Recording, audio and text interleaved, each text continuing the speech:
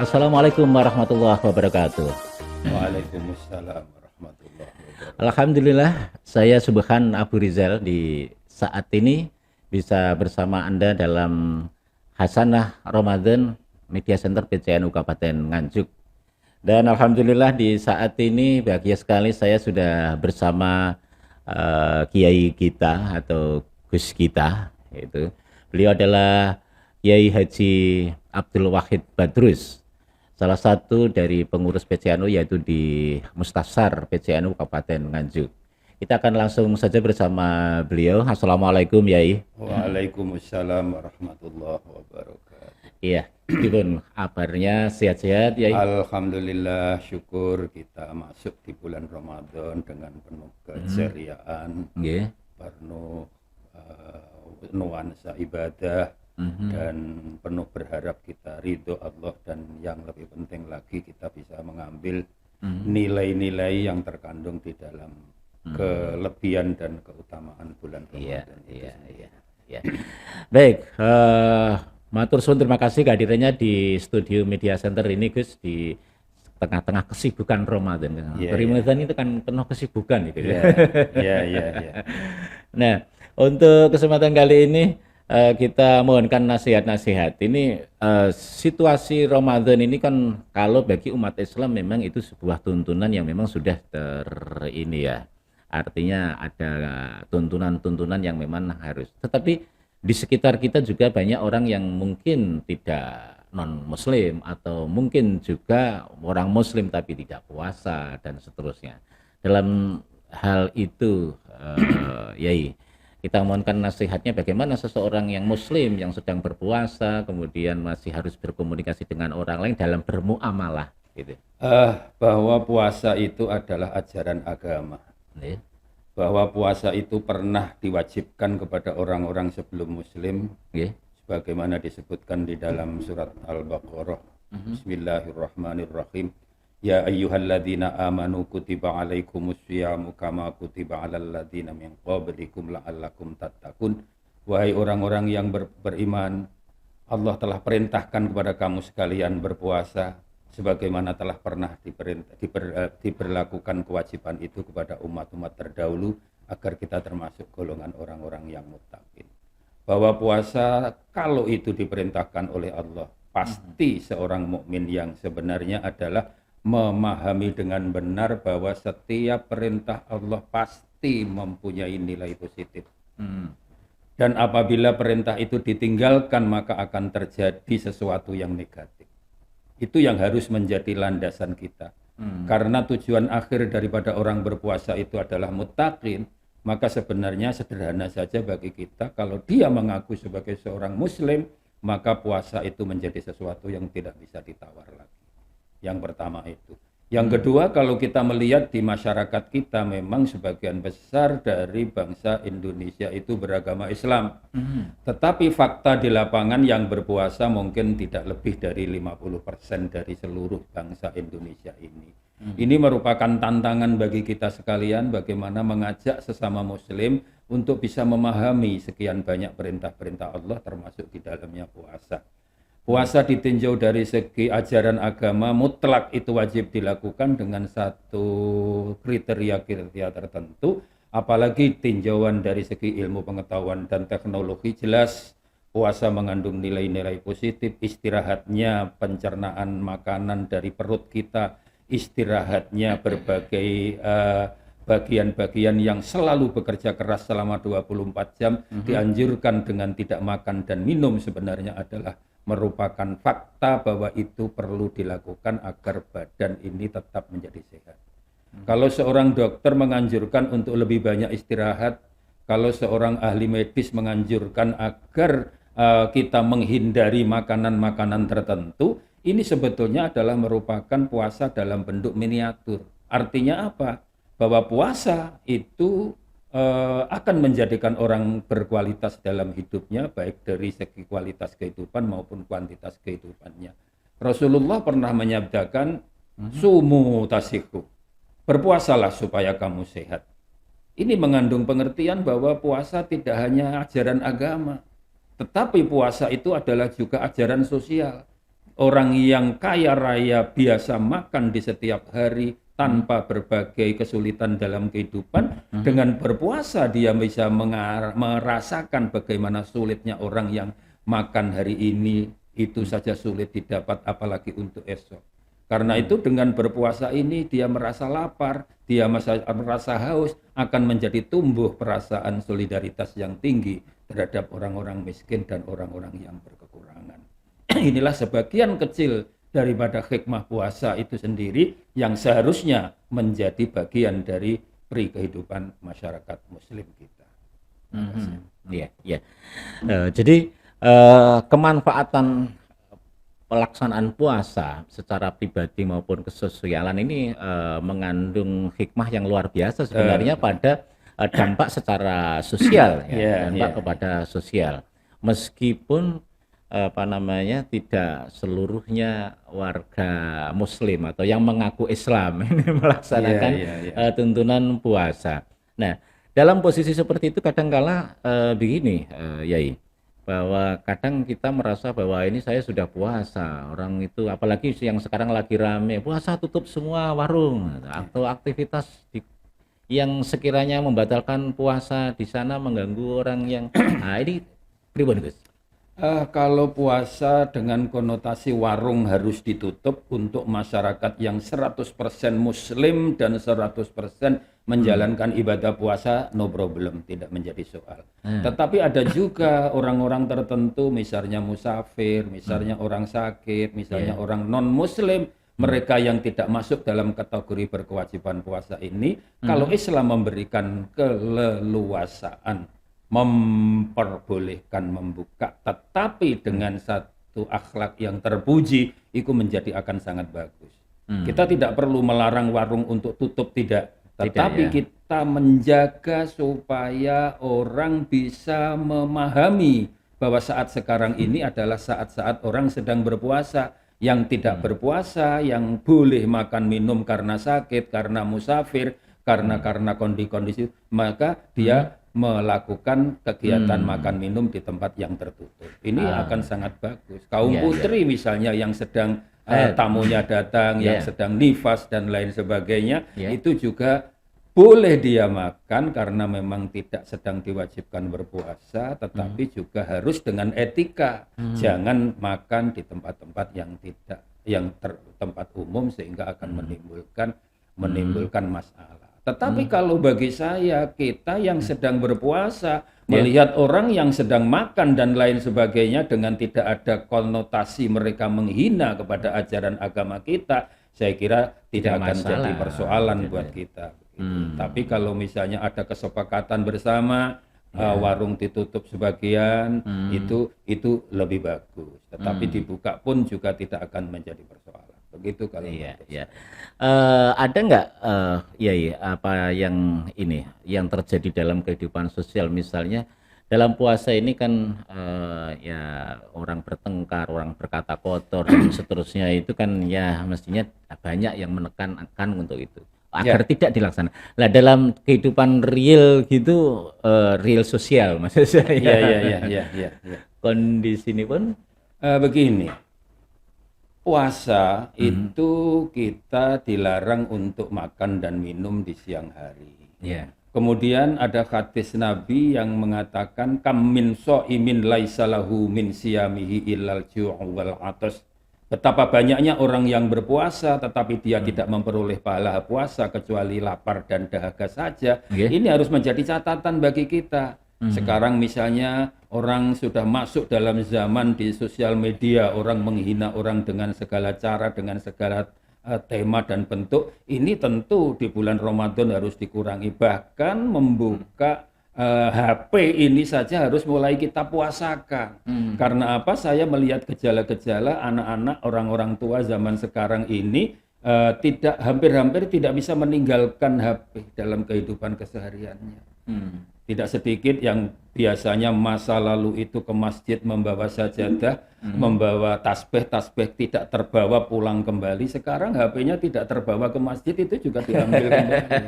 Ini contoh-contoh yang sangat sederhana. Karena itu sebetulnya Ambil saja nilai positif dari HP itu sendiri. Di HP itu ada juga qiraatul Quran. Di HP itu aja juga 30 juz dari surat-surat dan ayat dalam Al-Quran. Itu bisa dijadikan media untuk pendekatan diri kepada Allah. Terhadap masyarakat kita yang misalnya secara karena memang dia tidak beragama Islam, ya itu kita tidak bisa memaksa. Tetapi ya jangan sampai hal itu menjadikan problematika itu menjadi meluas dan akhirnya menjadi persoalan besar.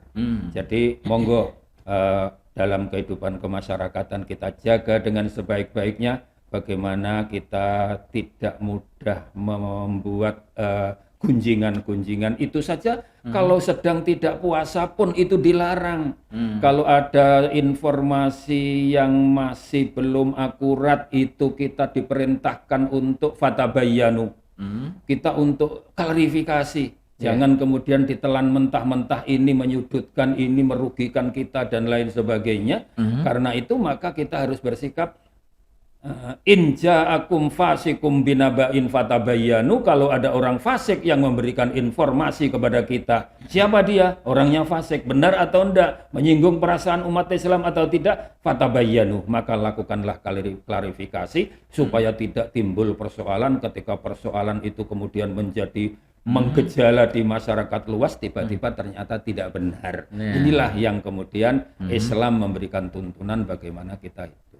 Karena itulah maka puasa dengan menjaga diri dari makan dan minum yang diatur. Kita tidak dilarang makan minum selamanya, hanya mulai dari terbitnya fajar sampai terbenamnya matahari. Nanti kalau sudah malam itu kita boleh makan, tapi jangan kesannya ketika berbuka puasa seperti orang yang balas dendam. Nah, di sini yang perlu harus dibaca. Saya masih melihat orang-orang di masa bulan Ramadan ini mestinya kebutuhan makan minum orang Muslim itu akan berkurang lebih banyak ketika sedang bulan Ramadan. Tetapi faktanya tidak. Justru ketika Ramadan ini bukannya mencari lauk pauk yang tidak pernah dilakukan, kurma, tidak pernah kita makan kurma, kemudian kita Ramadan buat kurma, kadang-kadang sampai mencari air zam-zam, barang-barang sing aneh-aneh itu kita lakukan. Ini yang sebetulnya kekuatan kita untuk meredakan diri supaya tidak melakukan hal-hal yang tidak semestinya. Ya malah mestinya berkurang, artinya lebih irit, malah boros gitu. Ini jangan sampai. Nah, upaya termasuk ini, Yai, menjelang Ramadan, menjelang Idul Fitri, biasanya lebih lagi. Ini kecenderungan orang untuk berbelanja baju atau berbelanja jajan, snack, atau bahkan memperbaiki rumah. Dalam posisi ini kan sebuah budaya yang terjadi dalam kehidupan kita ya. Bagaimana umat Islam pada saat posisi-posisi harus berpuasa, kemudian menempatkan diri dalam persoalan itu ya? Bahwa berpuasa itu akan menghilangkan dosa kita kepada Allah. Kemudian dosa dengan sesama manusia itu Allah tidak akan mengampuni kalau tidak ada saling memaafkan antar manusia itu sendiri. Karena itulah maka di Indonesia ada budaya berlebaran. Berkunjung satu orang, satu keluarga ke keluarga yang lain, satu rumah ke rumah yang lain, tetangga, tamu dan lain sebagainya. Bahkan sekarang sudah mulai ada budaya baru yang namanya pertemuan bani-bani dari keluarga kita. Yang dulu itu tidak pernah ada, sekarang sudah mulai ada. Kemudian kenapa orang harus pakai pakaian baru? Kenapa orang itu harus memperbaiki rumah? Orang yang didatangi oleh tamu itu tuan rumah harus menghargai dengan sebaik-baiknya dengan tamu itu. Karena tamu itu tanda dari iman seseorang, itu adalah kemampuan dia memuliakan tamu. Fal yukrim dhaifa. Nah, ini dasar inilah maka yang punya rumah memperbaiki rumahnya, biar ketika ada tamu itu datang rumahnya bagus. Tetapi jangan memaksakan diri, kemudian misalnya membeli pakaian yang bagus-bagus. Sayyidina Umar pernah menyabdakan, laisal aid liman labisal jadid walakinnal aid liman ta'atuhu yasid. Yang dinamakan berhari raya itu bukan orang yang baru pakaiannya, Tetapi yang dinamakan orang yang berhari raya itu adalah orang yang kualitas ketakwaannya semakin bagus. Di sini sebetulnya ujian bagi kita. Rasulullah sudah memberikan rambu-rambu bagaimana kita mengukur orang bisa menerima atau orang bisa mengukur diri kira-kira puasa saya diterima oleh Allah tidak. Nanti sesudah bulan Ramadan, kualitas keimanan kita sebagai hamba Allah terhadap Allah itu akan menjadi lebih baik, ketundukan kita kepada aturan akan menjadi lebih baik, kita akan bisa mengerem diri dengan berbagai problematika kehidupannya kita dengan baik. Ini yang sebetulnya menjadi tantangan bagi kita sekalian. Kalau itu bisa, insya Allah. Karena itulah ada satu amaliyah yang bagus. Tapi saya yakin ini berat sekali dilakukan, yaitu puasa selama 6 hari di bulan Syawal, mulai tanggal 2 Syawal sampai dengan tanggal 7 Syawal. Ini sangat dianjurkan karena apa? Keleluasaan kita itu berbuka puasa, berhari raya dengan haram untuk berpuasa, itu bukan berarti segala-galanya. Itu bukan berarti wis ini kita lepas kendali, ayo kita los makan. Tidak. Ajaran agama memberikan tuntunan. Nek iso kalau bisa tanggal 1 Syawal kita berbuka karena memang dianjurkan agama. Ayo tanggal 2 Syawal kita berpuasa. Nah, ini berarti kalau kita tunduk kepada itu, Masya Allah, ini akan sangat luar biasa. Sehingga yang namanya makanan, yang namanya suguhan, yang namanya pesta-pesta lebaran itu tidak menjadi sesuatu yang pasti harus menjadi bagian yang terpenting. Iya, akhirnya ya pemborosan menjadi ukurannya di situ. Penekanan terhadap pembelanjaan yang konsumtif untuk ini bisa berkurang ya.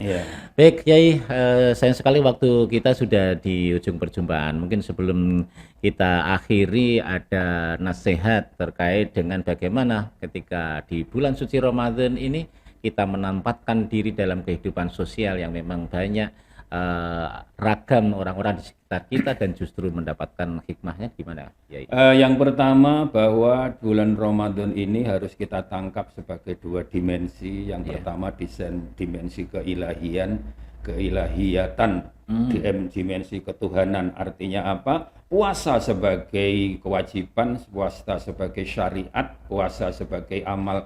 Bulan 1 bulan penuh kita pendekatan diri kepada Allah. Mari bulan, hari, tanggal ini akan terus berjalan. Kita nggak bisa melewatinya atau menahannya. Kemarin hari Ahad, kemarin itu tanggal 1 Ramadan. Sekarang tanggal 4 Ramadan, kita sudah tidak bisa menghalangi, itu akan terus berjalan. Karena itu perjalanan puasa yang terus berjalan ini harus kita isi dengan amal ibadah. Rasulullah memberikan satu berita gembira, amal ibadah sunnah di dalam bulan Ramadan akan berkriteria wajib di luar bulan Ramadan. Amal ibadah wajib di bulan Ramadan akan ditingkatkan oleh Allah pahalanya lebih dari 700 di dalam setiap harinya. Ini menjadi satu daya rangsang yang luar biasa bagi kita. Bagaimana kita menyayangkan kalau sampai bulan Ramadan itu akan jalan begitu saja kalau tanpa dibarengi dengan amal ibadah. Walaupun ada makalah yang mengatakan naumus shaimi ibadah, bahwa tidurnya orang puasa itu ibadah, tapi itu tentu maksudnya kalau bangun kemudian banyak melakukan maksiat mata, maksiat ucapan, maksiat lesan, maksiat tangan dan pikiran, itu memang betul lebih baik tidur. Tetapi kan disayangkan sekali kalau kemudian tidur. Kalau puasa di dalamnya Allah turunkan Muhammad sebagai Rasul, puasa di dalamnya diturunkan Al-Quran, puasa di dalamnya ada Lailatul Qadar, puasa di dalamnya ada Nuzulul Quran. Ini semuanya masalah yang sangat penting dan itu menjadi suatu kebanggaan setiap Muslim. Kalau Qur'annya ada 30 juz, puasanya ada 30 hari. Paling tidak setiap Muslim setiap bulan itu khatam Al-Quran. Syukur yang biasa, zikir-zikir Al-Quran. tarawehnya 20 rakaat, kalau ini kantor Nahdlatul Ulama tentu tarawehnya 20 rakaat, ini harus kita jadikan satu media untuk takarrub kepada Allah Subhanahu wa taala. Sosialnya bagaimana? Ini akan menjadikan kita punya perhatian lebih kepada fakir miskin. Kemudian ada juga yang namanya zakat fitrah. Barengi dengan misalnya zakat-zakat mal, zakat tijaroh, zakat tahunan kita, masukkan di dalam bulan puasa. Amal-amal ibadah yang dilakukan di bulan puasa ini sangat-sangat diperhatikan oleh Allah, dan ini menjadikan peluang yang luar biasa bagi kita sekalian. Ini saja yang bisa. Baik, terima kasih Yai atas nasihat-nasihatnya. Semoga bermanfaat untuk kaum muslimin, untuk khususnya juga warga Nahdliyin. Terima kasih. Dan pemirsa, akhirnya saya Subhan Abu Rizal bersama dengan Ustadz atau Kiai Haji Abdul Wahid Badrus dari jajaran pengurus PCNU Kabupaten Nganjuk harus undur diri sampai di sini. Wallahu muwaffiq ila aqwamit thoriq. Wassalamualaikum warahmatullahi wabarakatuh. Waalaikumsalam warahmatullahi wabarakatuh.